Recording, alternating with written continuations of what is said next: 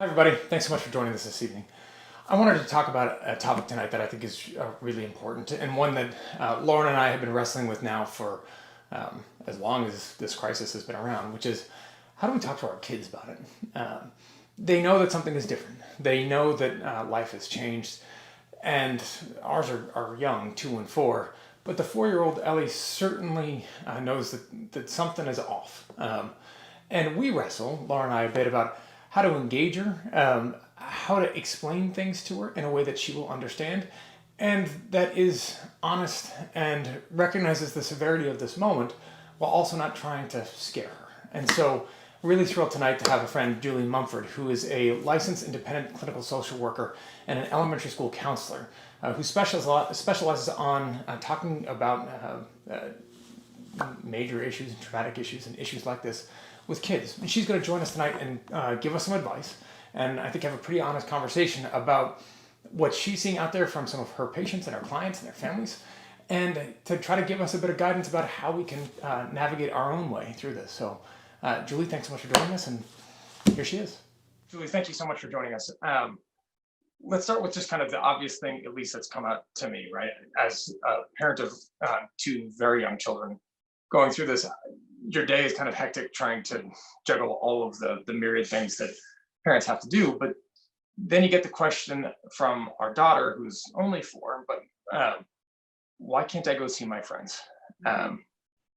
And it's kind of this dart right back at you to know that as chaotic as this has been and uncertain as it is for parents, and as scary as it is for parents, not knowing and not really having a good sense of how children are interpreting it. They know something is different, but how they're sensing the uncertainty of what is taking place and how we can talk to them about it, how we can answer the question. So just help walk me through that a bit and Yeah. advice. And it's so hard, Joe, because I don't think there's ever been a situation in our lifetime or maybe even our parents' lifetime where we're sort of going through the same thing at the same time as everyone else, right? Like, it's not like we've lived through this and we have experience that we can share with children. We're going through it at the same time they are. So I think that's what feels super challenging about this. And I'm feeling that with my family and also with my clients, that we're all sort of in it together. But I do find that there's opportunities there to be able to connect around the feelings that they're having. So for your daughter, I definitely recommend telling children the age appropriate version of the truth. And that's my mantra about all things. So you always want to tell kids what's going on, but you want to sort of figure out the developmental level that they're at so that you can tell them a version that makes sense for them. So certainly there's resources about the coronavirus that parents can, books, for example. I shared a book with you that really sort of goes through what's happening and using characters to sort of make it more palatable for children, but also hitting on situations that they're sort of going through. So I find those books are really helpful because kids automatically feel validated when there's like enough people going through it that they wrote a book for it. I always say that to kids. That's really helpful. And I think, you can't solve that problem for her. You can't solve that she can't go see her friends, but you can empathize with her and you can name how hard that is for her. And you can name that that's hard for you too, that there's things that you wish that you could do that you can't. And this is so hard. So I think, sort of entering into the child's wish and validating with them is always super helpful. I also think it's important to have hope. So to sort of wonder, what would it be like when you go see your friend? Who's the first friend you want to have a play date with, and what would that be? And to sort of help understand what her wishes are and where she wants to go when things are better. And the hopefully obvious but not too judgmental question of what exactly is age appropriate for the conversation on virus like this, or a circumstance like this. Lauren and I have talked to Ellie about the germies, right? Why can't you go to a playground? Well, the germies are still there. Why can't we see our friends? Well, why can't you see your cousins? We need to make sure people are staying are healthy, that they don't get sick, and the germies are still there. So how do we?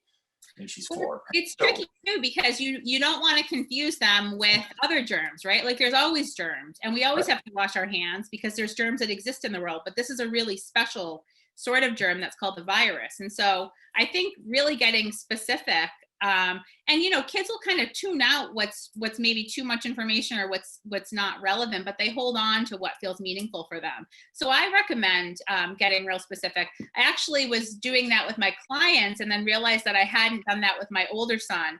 And so he and I sat down and read a book about it, and he was glued to it. He had so many questions. And I think what's happening is that they hear things, either catching something on TV or hearing people overhear people talking. And so there's all these bits of information. And when they get the truth from their parents, it all kind of gels together and makes a whole lot more sense because they're getting all these bits and pieces. And so you want them to come to you for information. You want to be, the expert. And so I do think that,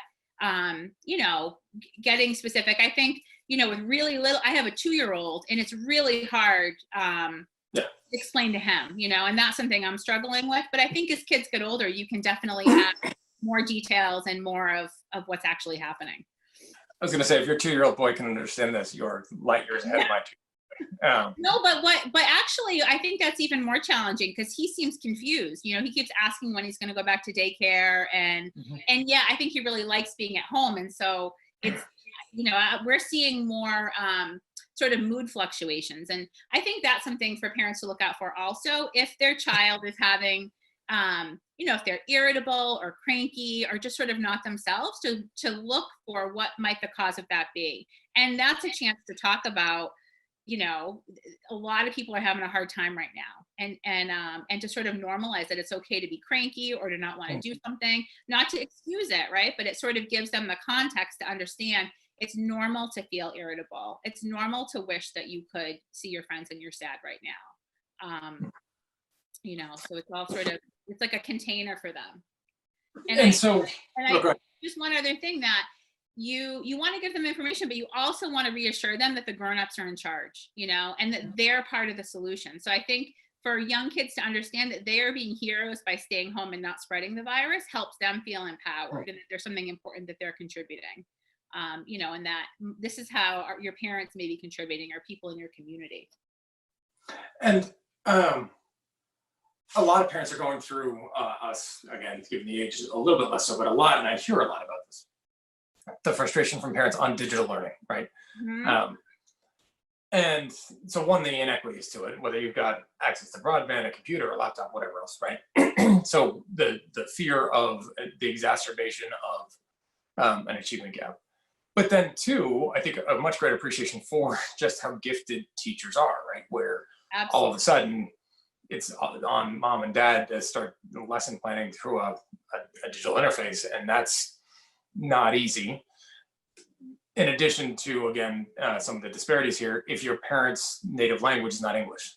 So walk us through a little bit about what that, what you're sensing that's like for your children and students, and what that's like for parents, and how we can make that a little bit easier. We've tried doing some of this with, again, our 4-year-old, and there's times she's engaged somewhat in what's on that screen, and there's times she literally couldn't care less, and it just ignores all of it, right? And so, I mean, I think schools are doing the best they can, and there's all sorts of different approaches I've seen, and I don't think anyone's hitting it perfect for everyone, right? So there are certain approaches that feel good for some families, and as you mentioned, there's a huge equity issue and accessibility issue. So I definitely don't proclaim to have the answers for that one. I think that it is important, though, to partner with your school and help, partner with the teacher to understand what's going on for your student. So if your kid is refusing to go to the Zoom lesson, or isn't wanting to do their work, to sort of help understand what may be behind that. I think in all the research I've done and in all the work I've done, really, you can't learn without the context of a relationship, that students have to trust their teacher, and they have to sort of have that good partnership. And now there's this big barrier. And so I think figuring out ways to help your student feel connected to their community, to their work, in whatever way works for them. So if they don't want to go to the Zoom, is there a way that they can have, one-on-one meetings with the teacher? Is there a way that they can connect with their classmates in other ways?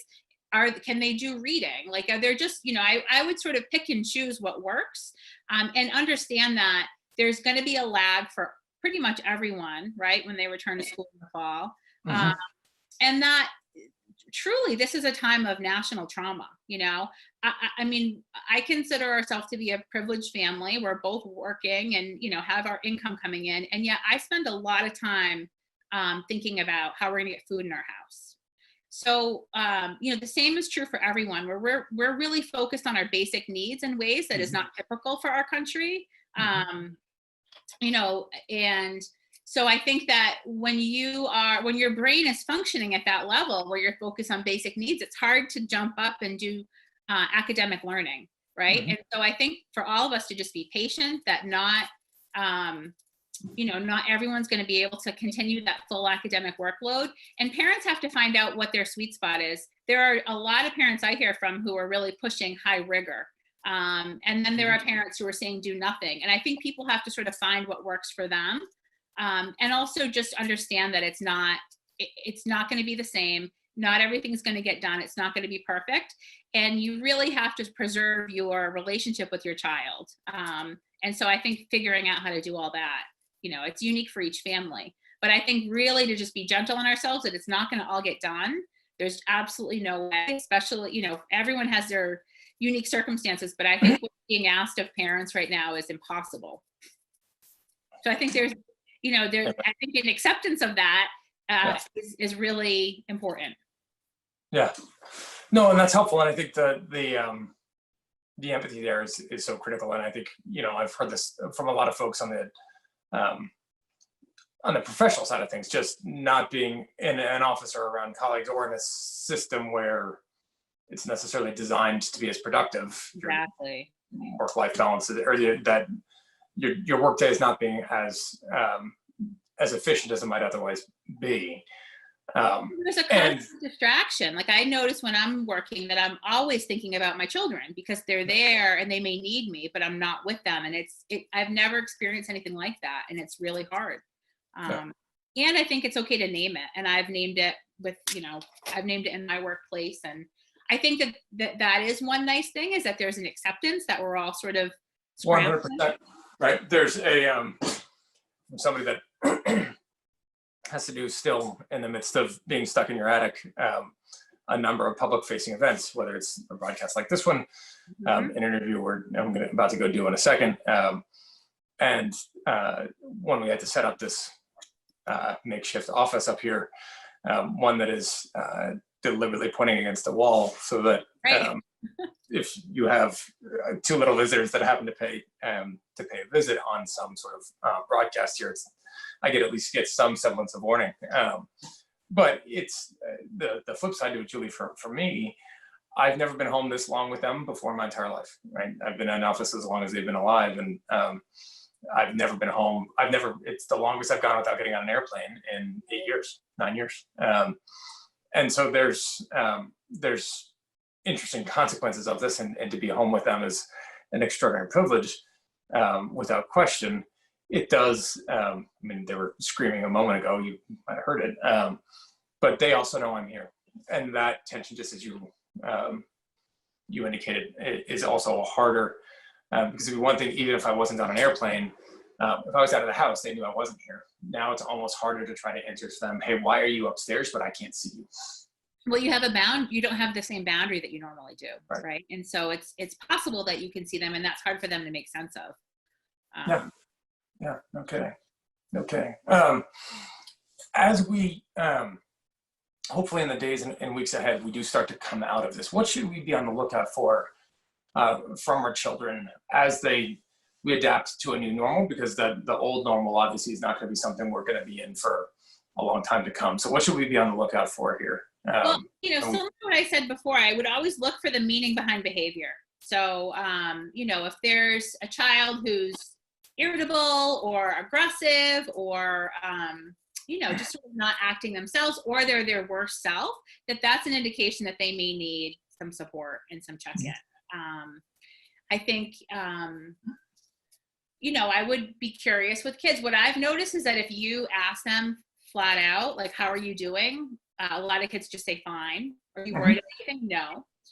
If you model for them that what you may be thinking about or what you may be worried about, they often then feel more comfortable sharing.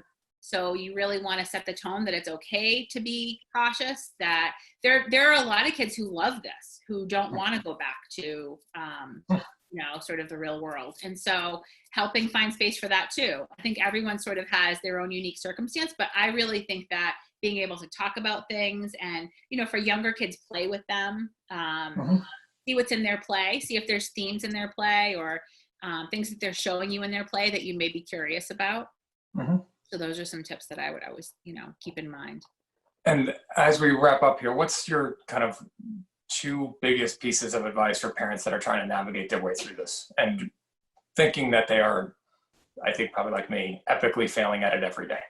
Yep. So I would, so normalize that, right? And so if your kid's having a hard time, say, you know what, daddy feels this way at work right now too. And to just normalize that whatever you're feeling and whatever you're going through is okay. It is perfectly normal to feel all sorts of emotions right now, highs and lows and all of it. So I would normalize feelings.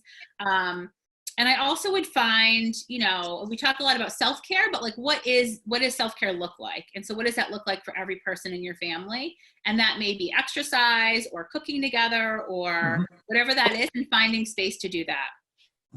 And that's different for everyone. And I think, in our family, when things get real heated, we know it's time for a family walk. Like we just have to move. And that those conversations actually happen a lot more naturally when you're walking next to each other as opposed to face to face. So a good walk has been really helpful in our house. Okay. Julie, thank you. Thanks for what you do. Thank you for sharing that insight. Incredibly helpful for so many, and me included. So grateful to have you. All right. Well, take good care. And thank you for all you're doing. You too. Stay safe. Bye. Julie, thank you so much for joining us this evening. Really grateful for your expertise, your guidance, your wisdom, and for sharing it with all of us tonight, who I'm sure there's countless of families out there, just like Lauren and I, that are looking for a bit of direction about how to engage with our kids, and some great resources too that can help us make sure we're navigating our way through this as best as we possibly can. Thanks so much for tuning in tonight, everybody. Stay healthy and stay safe, and we'll see you soon. Take care.